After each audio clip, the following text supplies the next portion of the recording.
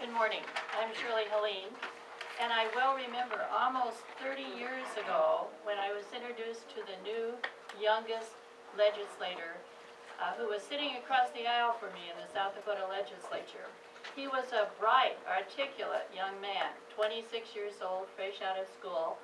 And after the session was over, I remember saying to him the unforgivable thing for my party. I leaned across to him and said, "You know, Scott, if you ever run for governor, I'll vote for you." And the time has come. Even at a young age, he was knowledgeable on issues ranging from health care to education to transportation to budget concerns. He also was a strong supporter of women's issues, which was not popular at that time. I had been fortunate as a candidate in the late 70s to have the backing of the National Women's Political Caucus, the NOW group, and groups that had, South Dakota had been one of the first states to affirm the ratification of the ERA. But they were also one of the first states in the 80s when Scott was elected to rescind that ratification. And at the time we were serving, there were currently 10 women in the entire South Dakota legislature in the 80s. Since that time, we reached a high in 1991 of 26 women, but we are now back to 21 who serve in the South Dakota legislature. Our progress for women has been slow, sometimes one step ahead, two steps behind. We have many challenges ahead of us. South Dakota women, who you have already heard, have the highest labor force participation of any state in the union and still ranks 44th in median annual earnings. And you have already heard that Native American women continue to endure privations far greater than white women. To improve these numbers, we need to increase the educational opportunities for women in South Dakota. Today, only 21% of South Dakota women have college degrees. Over the years, I have been fortunate to have several careers, including teacher, legislator, minister, healthcare consultant, but did not retire from full-time work until 5 years ago at the age of 70. But I have many friends who haven't been as fortunate to do that.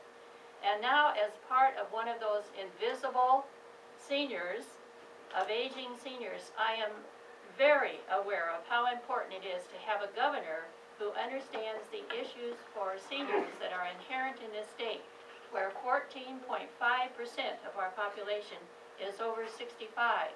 That's compared to 12.9% nationally. Since we live in a place where aging in place is a fact, that number will only continue to grow as the baby boomers have already begun to turn 65.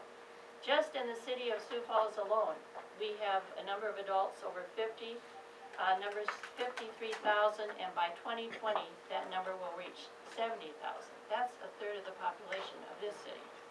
Senior issues will be extremely important, including Social Security, Medicare, and Medicaid. But Scott understands the need for South Dakota residents to have choices as seniors to remain in their homes and communities as they age. And he supports making the long-term care system in South Dakota more responsive to the needs and preferences of our residents. Access is the key. And access to transportation, medical care, housekeeping, proper nutrition, companionship, and service providers are high on his list of support. Also important for seniors is his support to make sure the federal laws against age discrimination are being enforced. And he understands that employing citizens that are seniors is an effective means of providing stable and reliable employment. And we have a lot of them.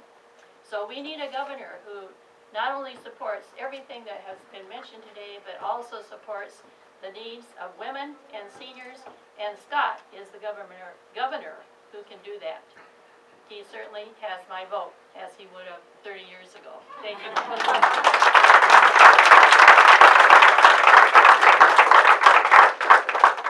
We women are here to voice our strong support for Scott Heidepriem. And now we'd like to hear from him. We want him to be our next governor.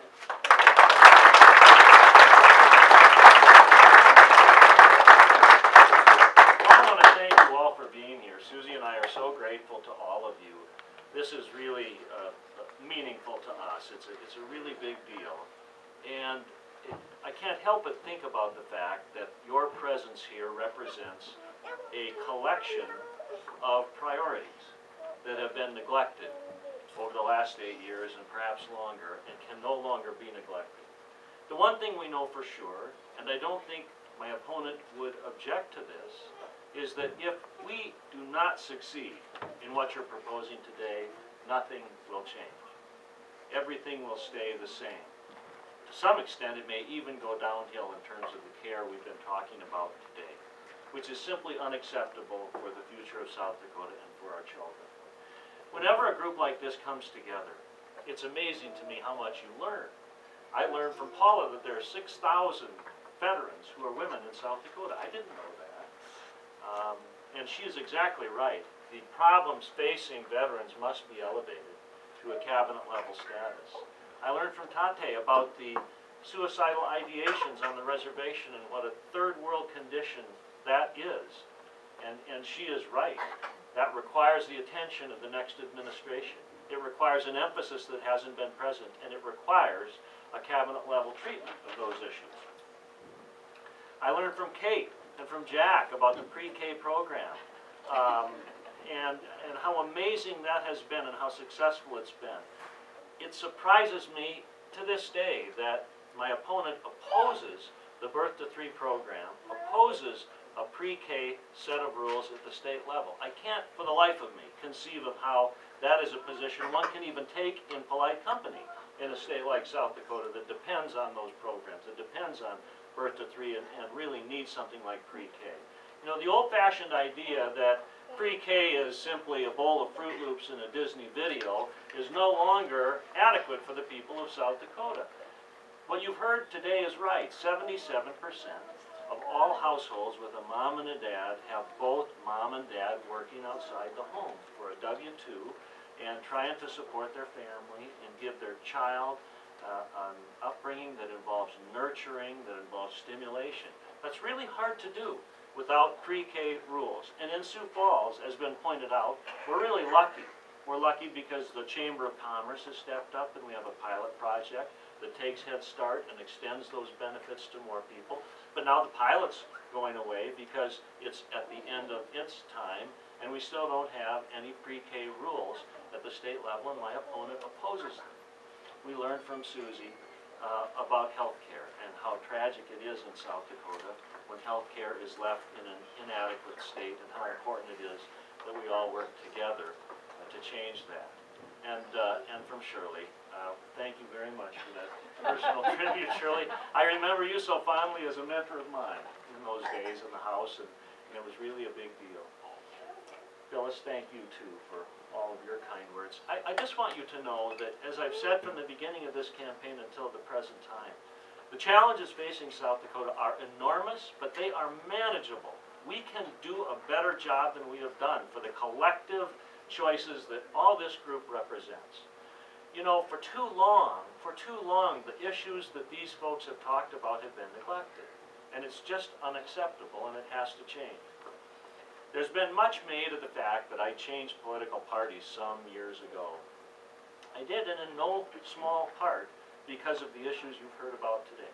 Not just reproductive rights, although there's no secret that was an important issue to us, but all of the issues you've heard about. All of the issues in which there is a role to be played to strengthen family ties, to strengthen the child's chance for success in South Dakota and the United States. And it really is up to us to change that entire focus and to change all of those priorities. And here's exactly how we're going to do it. We're going to, first of all, reduce the size of government in areas where it can be reduced. We are going to exclude K-12 education and Medicaid, which are the programs we've been talking about primarily here today. And once we do that, we'll have to eliminate this gaping deficit we have been provided by this administration of $107 million. We'll balance the budget, and then we're going to invest in kids and schools and infrastructure so that we have a 21st century education system and a 21st century infrastructure with roads and bridges and kids and schools that we can all be proud of. It's because of a collection of people like these great South Dakota citizens that we even have a chance to do it. But we cannot let them down. It is critical that we not let them down. and that we work tirelessly for the next 7 days to make sure that this message goes out to all of South Dakota, and that every single citizen in the state of South Dakota knows the crucial choice facing us between the two candidates running for governor of South Dakota. I just can't thank all of you enough, and I know I speak for Susie when I tell you that we are incredibly grateful. And the chance we have to win this election is so important, and it's because of you, and we thank you.